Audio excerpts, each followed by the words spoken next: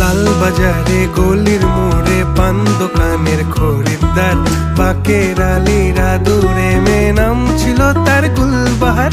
লাল বাজারে গলির মোড়ে পান দোকানের খরিদ্দার, বাকের আলীরা দূরে মে নাম ছিল তার গুলবাহার।